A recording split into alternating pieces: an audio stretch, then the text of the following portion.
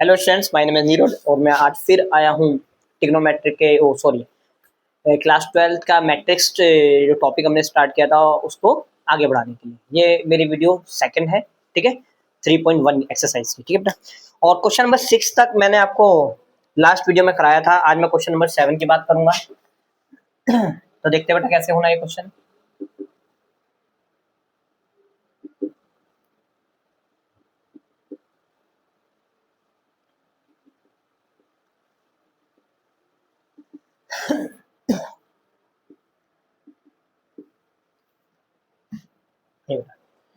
तो पहले कंपेयरिंग करते हैं।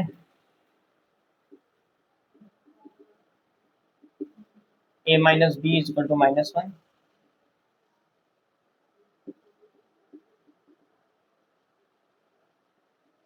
2 1 कंपेयर कर लेते हैं पहले, ताकि दो इक्वेशन मिल जाए हमारी ए और बी की। ठीक है, देखिए ये 2 1 हमारे लिए ये है और यहाँ पे 2 1 हमारे लिए ये है। सेकंड रो फर्स्ट कॉलम का, ठीक है।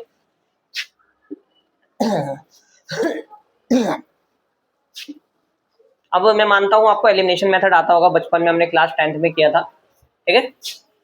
आइए, 2a minus b is equal to 0. Now we have to change the sign, और माइनस का भी और प्लस का भी हो गया है तो कट जाएंगे, ठीक है। और यहाँ पे बचेगा आपका -a,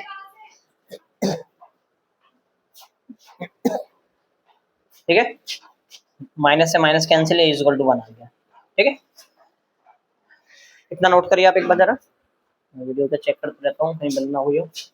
आइए, अब value of a in equation first.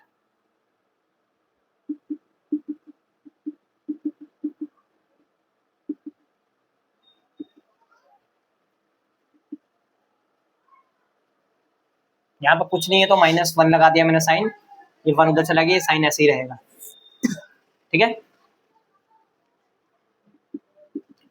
अगर ऊपर में 0 नीचे तो कुछ भी हो उससे कोई मतलब नहीं होता, आंसर 0 ही रहेगा, ठीक है। तो मेरा ए और बी की वैल्यू तो आ गई। अब सी और डी की बात कर लेते हैं। मैं इक्वेशन एक बार चेक कर लूँ, कुछ गलती तो नहीं है इसमें। 2a अब जरा 2a और सी वाला लेते हैं। Comparing a12, 2a plus c is equal to 5। A की वैल्यू यहाँ 1 रख देंगे हम, यहाँ लिख देंगे क्योंकि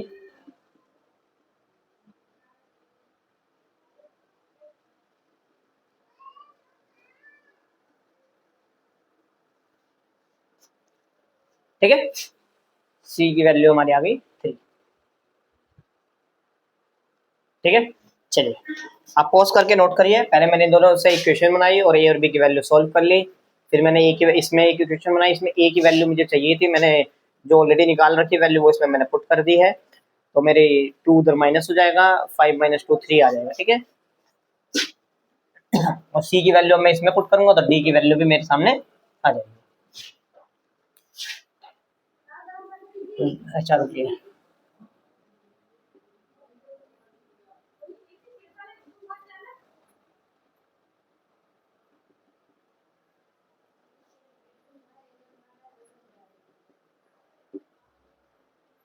और सॉरी कंपेयरिंग कर रहा हूँ मैं। So put value of C in equation 4, okay. तो 3, सी की value 3 already, 13, 9 plus D 13, D is equal to 13 minus 9, I mean D is equal to 4, ठीक है बेटा। अब पॉज करके एक बार नोट करिए इसके। मैं एक बार आंसर में थोड़ा सा चेक कर लेता हूँ, कई बार मिसअंडरस्टैंडिंग की वजह से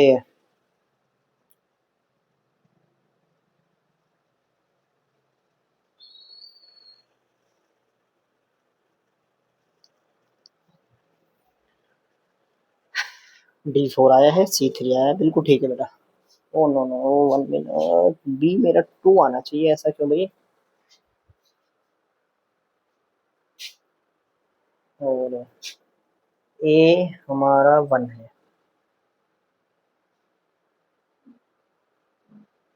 अच्छा अच्छा ठीक है बेटा, गलती हो गई छोटी सी, यहाँ -1 आएगा, ठीक है, और -1 की वजह से ये -2 हो जाएगा बेटा, इसे ठीक कर लीजिएगा, और -2 से कट के +2 आ जाएगा, ठीक है, सॉरी फॉर दैट मिस्टेक। देखिए बेटा, जब इसको हम कंपेयरिंग करेंगे तो -1 है, मैंने +1 ले लिया था, ठीक है, देखो ये फायदा होता है आंसर एक बार चेक कर लेने से। ठीक है, चलिए पॉज करके एक बार आप नोट करिए, मैं रफ करता हूँ इसको। सिंपल क्वेश्चन था, ज्यादा परेशान करने वाला नहीं था ये क्वेश्चन हमें।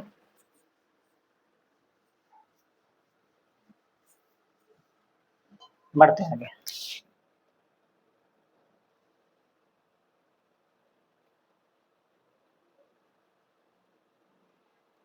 क्वेश्चन नंबर करते हैं अब हम।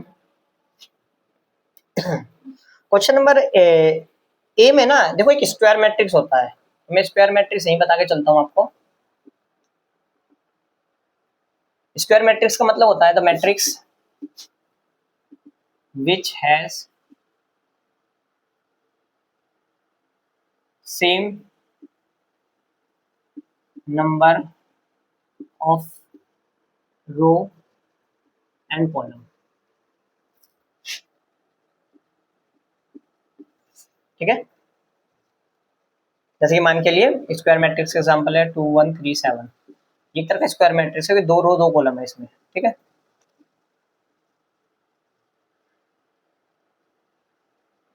1 3 5 7 -2 8 0 0, ठीक है ना, 3 into 3, ये भी स्क्वायर मैट्रिक्स है, ठीक है।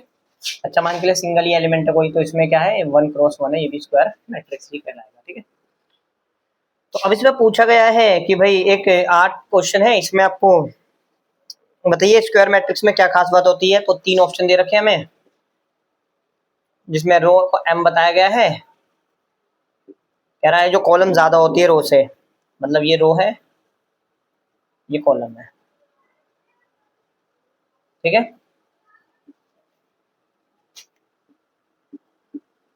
ठीक है, m बराबर है n के, d can none of this,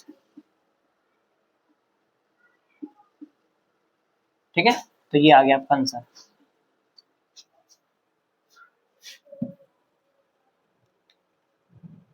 ठीक है बेटा, पोस्ट करके नोट करें।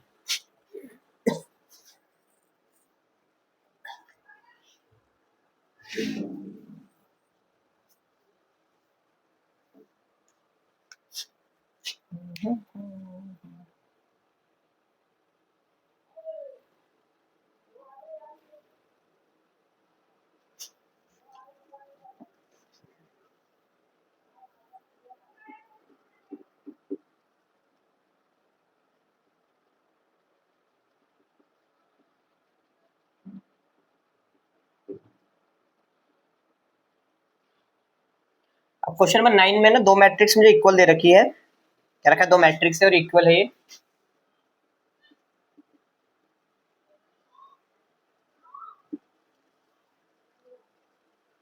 ठीक है बेटा। अब इसमें एक्स और वाई की वैल्यू निकालनी है, तो चलिए करते हैं comparing A11 3x plus 7 equal to 0, 3x equal to -7, x equal to -7/3, ठीक है।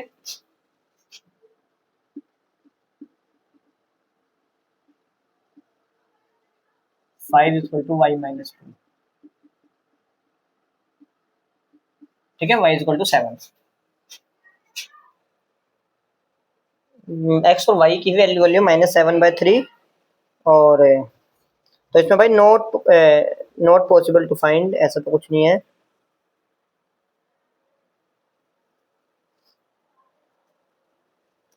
y की वैल्यू 7 में दो ऑप्शंस है, इसमें ना ऑप्शन ही गलत है, ठीक है ना। Which of the given value of x y make the following pair of matrix equal. अच्छा ठीक है, चलो देखते हैं, एक बार ना इसको भी देख लेते हैं एक्स की वैल्यू, कंपेयरिंग, क्योंकि यहाँ से भी चेक करते हैं एक्स की वैल्यू क्या हो सकती है यहाँ पे। तो कंपेयरिंग टू टू A22 पर हम कंपेयर करते हैं,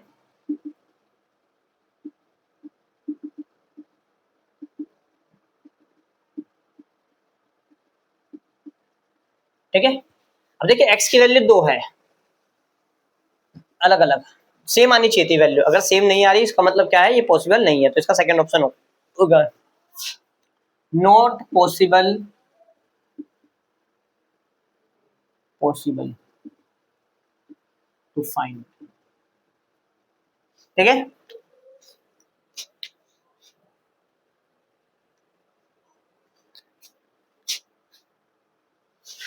ठीक है बेटा। चलिए पहले पॉज करके आप आराम से इसको नोट करिए एक बार।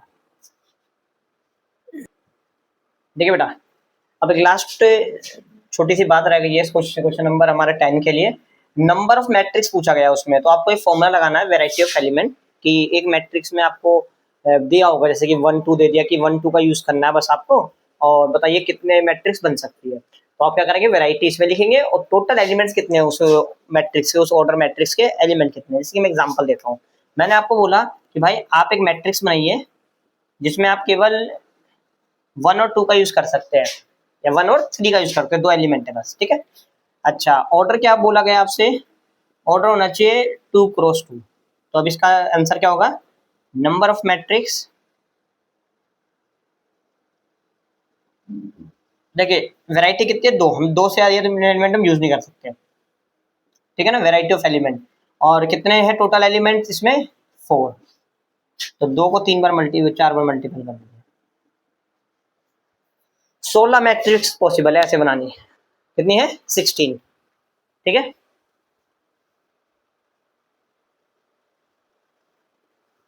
ठीक है बेटा।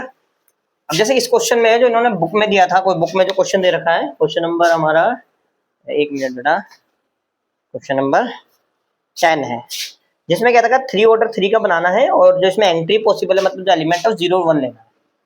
क्वेश्चन नंबर 10, तो एंट्रीज मतलब वही कि कितने वैरायटी है, वैरायटी को आप कह सकते हो,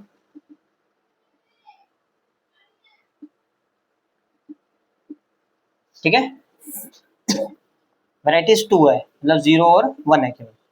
तो अब क्या हो गया आपका, ऑर्डर कितना दे रखा है इन्होंने इसमें, ऑर्डर दे रखा है 3 cross 3, I mean you can say total element 9 है। तो टोटल मैट्रिक्स कितनी बन सकती है इसमें, 2 की पावर 9।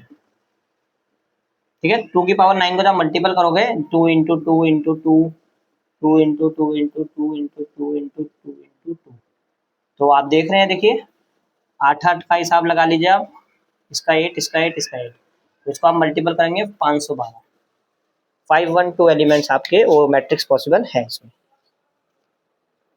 ठीक है बेटा, इसको आप पॉज करके नोट कर लीजिए।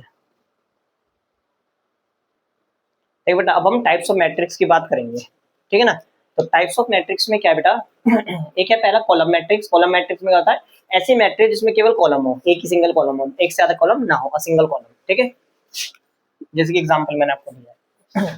अब रो मैट्रिक्स क्या होती है, रो मैट्रिक्स जिसका सिंगल एक रो हो, कॉलम कितने दे सकते हैं इसमें, 3 कॉलम है, 4 कॉलम दे सकते हैं, मगर आपका एक दिख रहा होगा आपको रो क्या, एक ही है। ठीक है, अगर मैं इसके रो ऑर्डर की बात करूँ तो इसका ऑर्डर अभी इसमें 3 इंटू 1 है, मतलब हमेशा 1 रहेगा ये, और यहाँ 1 इंटू 3 है, ये हमेशा 1 रहेगा। ठीक है ना, इस चीज को ध्यान रखें। स्क्वायर मैट्रिक्स बोल रखा है जिसके बारे में ऑलरेडी मैं बता चुका हूँ। ठीक है, तो मैं इसमें लिख देता हूँ डन, ये तो ऑलरेडी मैं बता चुका हूँ आपको। ठीक है, अभी लास्ट इस भी थोड़ी देर पहले ही बताया था मैंने आपको। फिर आ गया था डायगोनल मैट्रिक्स।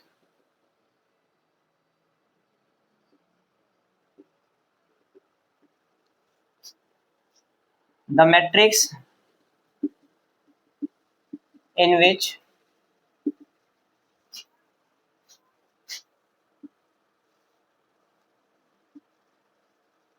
the diagonal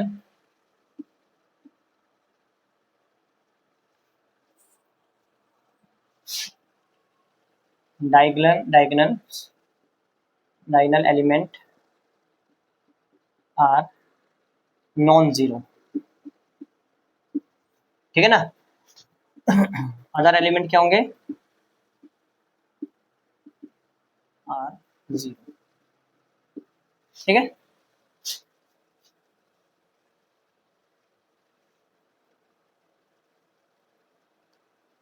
ठीक है, जैसे इसका एग्जांपल ही मैं देता हूँ। जैसे कि मान के लिए यहाँ पे आपका 1 है और ये -5 है, ये दोनों 0 है। डायगोनल यहाँ पे ये रहता है, ठीक है ना।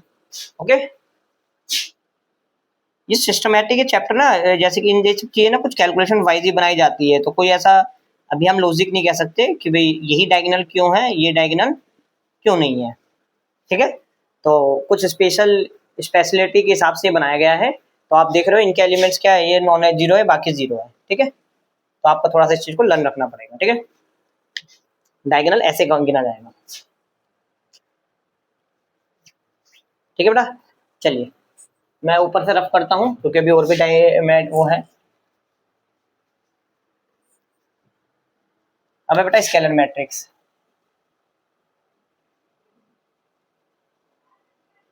स्केलर मैट्रिक्स, ठीक है ना।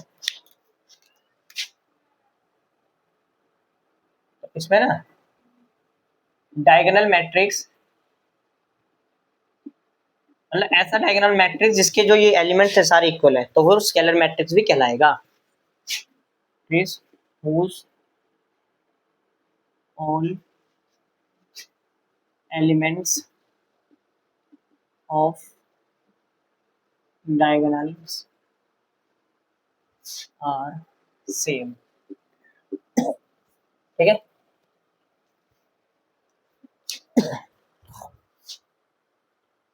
ठीक है बेटा, जैसे कि मान के चलिए मैं बता भी देता हूँ एक एग्जांपल लेके। 2 2 0 5 5 5 0 0 0 0 0 0, ठीक है बेटा। तो मैंने आपको example they,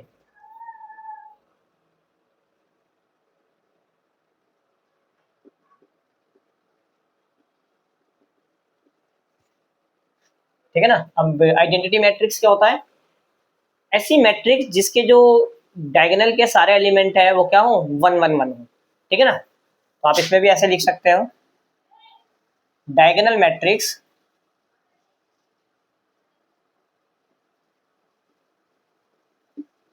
matrix whose all diagonal elements are 1, ठीक है ना।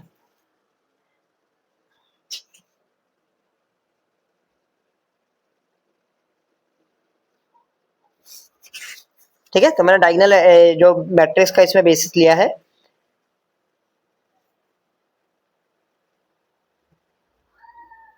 इसमें थोड़ी बातें हम और कहेंगे। इट इज रिप्रेजेंटेड बाय आई, ठीक है। ठीक है बच्चों, it is represented by capital I. इसका ना यूज है, ये एक मैट्रिक्स ऐसे एक खास मैट्रिक्स है। If any other matrix are is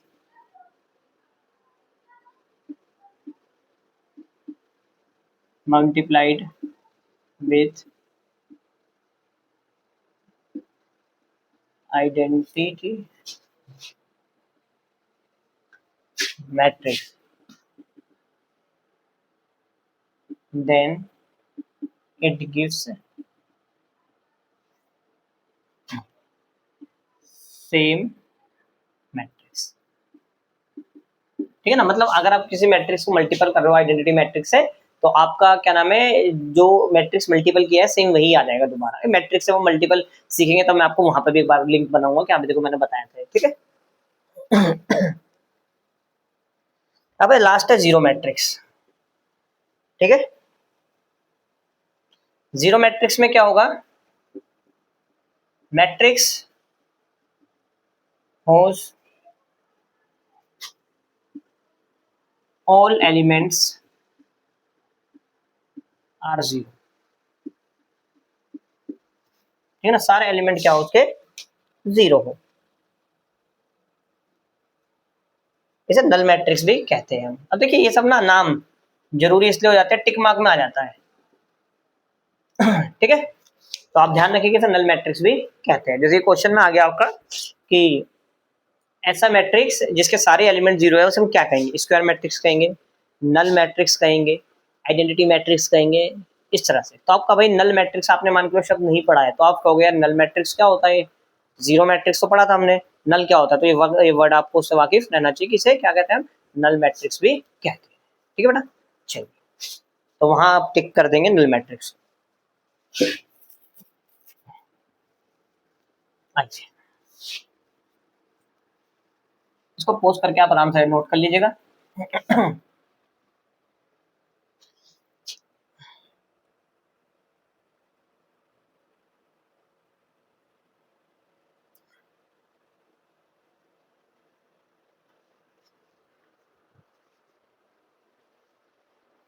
चलो बच्चों, इस वीडियो में ना मैं कंप्लीट करता हूँ बात को आज यहीं पे, और मैं नेक्स्ट क्लास में आपसे मिलूंगा नेक्स्ट टॉपिक में जिसमें 3.2 एक्सरसाइज में स्टार्ट करेंगे। ठीक है बेटा, बाय टाटा।